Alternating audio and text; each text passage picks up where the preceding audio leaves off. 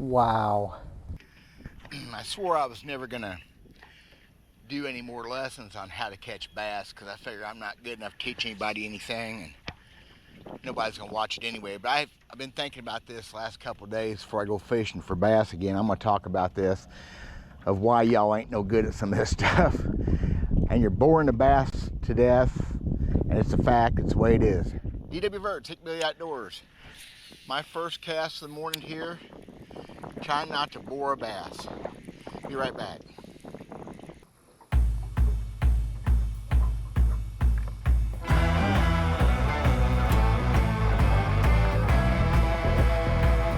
Oh yeah, handy. Man, that was first cast. So the reason I'm going to talk about this, because I guarantee it'll help somebody. I'm doing this How to Fish series, which this will be a good part of it, and maybe someday. It's a little bit more advanced. You just learn how to catch fish. But boring the bass, what do I mean by that? What I'm seeing is, in the places I fish, a lot of small public lakes, I'm seeing this, people do the same thing all the time. And everybody doing the same thing, not just one individual. I mean, I'm watching different people doing the same techniques as each other and doing it the same way. And guys, y'all are boring the fish. You're not stimulating the fish.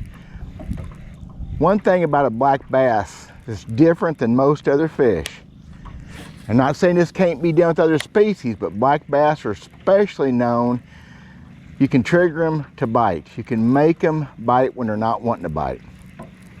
Huge advantage for us, because if a bass just bit when it's feeding, like right now it's still in the 70s in water, we're coming off a full moon, they'd be eating at night. They're not hungry most of the time. We're trying to trigger them. What I'm seeing folks do, making the same cast with the same baits, and more importantly, the same retrieves all the time. And what that is, people just chunk it out and wind it back in. Chunk it out and wind it back in. You're boring those fish. They get used to seeing that same thing. Now, whether bass can learn or they're just conditioned is a whole set of arguments in itself. Obviously, some of that happens on one way or the other, because they definitely don't respond to new lures for very long. Changes like the Alabama rig, things are different than what they were before. Everything still catches fish, but fish get used to some techniques or some baits, or maybe all of them, conditioned or learn whichever one it is, and there should be a difference in those two. So what I'm doing, like with this square bill crankbait, for one thing, I'm not just cranking it in, I'm stopping my retrieve frequently. And when I stop that retrieve, I'm throwing slack back at the bait so it pops up. See, I'm crank it, and when I give it slack, that bait pops up. And when I'm hitting something, I hardly ever hit something without backing off that retrieve. So you've got this fish sitting there, and here comes this bait. He hears it, sees it, smells it, feels it, whatever they do. And he's seen baits like it all week long, all year long. He's not in the mood to eat. So it's just another ho-hum deal for him, until I stop that bait right in front of his face, or I bang it off of something over his head. And that provoked instinct that he has is he can't stand that. He can't help it. He's gonna lash out. And there's a million little things involved there, too much for me to wrap my head around.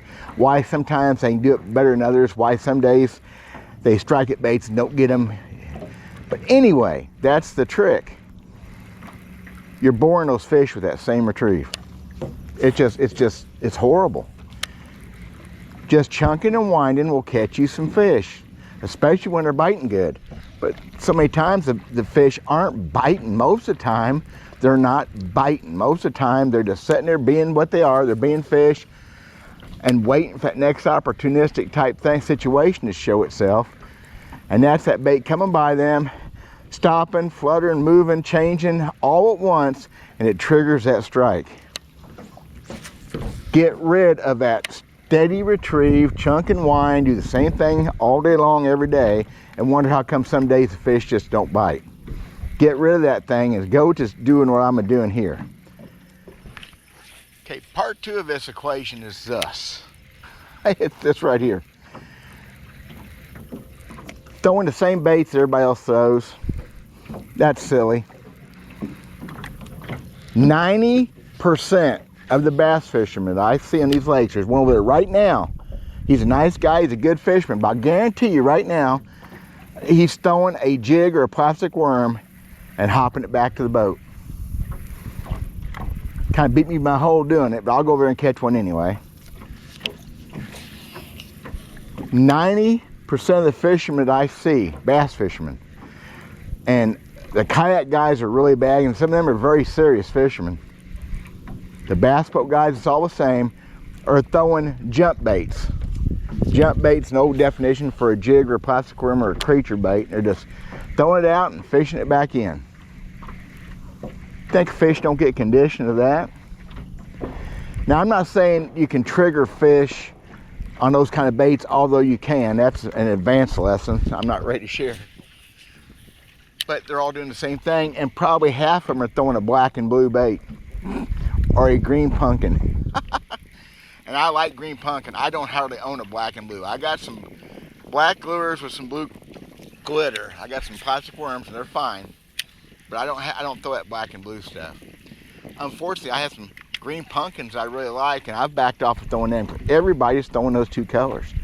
So why would you go down a bank, whether there's other boats there or not? I mean, somebody's throwing on this bank the last few hours to a day or so. Somebody's throwing a black and blue jig on this bank, or a green pumpkin, or a creature bait. Why would you do the same thing?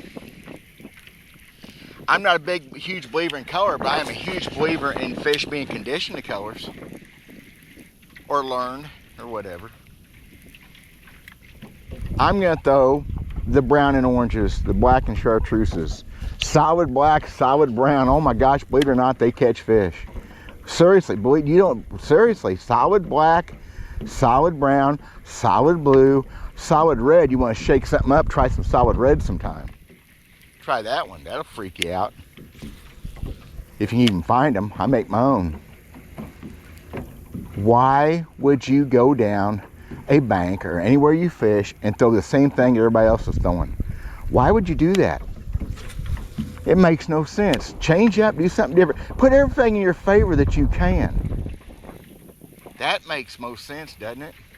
That's the way I fish. I'm not a great fisherman. I need all the help I can get. And that's my take on that, is I'm going to do things different than other people. I've been in a cove on Lake of the Ozarks, and you could hear the whopper poppers echoing off the bank from different directions, from 3 or 4 boats in there, everybody throwing a whopper popper. Well, guess what I didn't throw in there? I went behind those people throwing a swim jig and caught several nice bass, including 1 over 3. A whopper popper is a great bait. It catches nice fish. I've had some great luck with it, but I hardly ever throw one in public water because everybody throws a whopper popper. Goodness gracious. Yeah, I mean, you'd think it was the only top water there is in the world. I'm gonna throw my spook, I'm gonna throw a buzz bait and jitterbug and all those other cool baits. And that's my lesson there. Don't be afraid to trade up new things. Don't be able to try things. Don't be afraid of going outside of the norm where everybody else does. That's all there is to it. I'm DW Verts. Take care.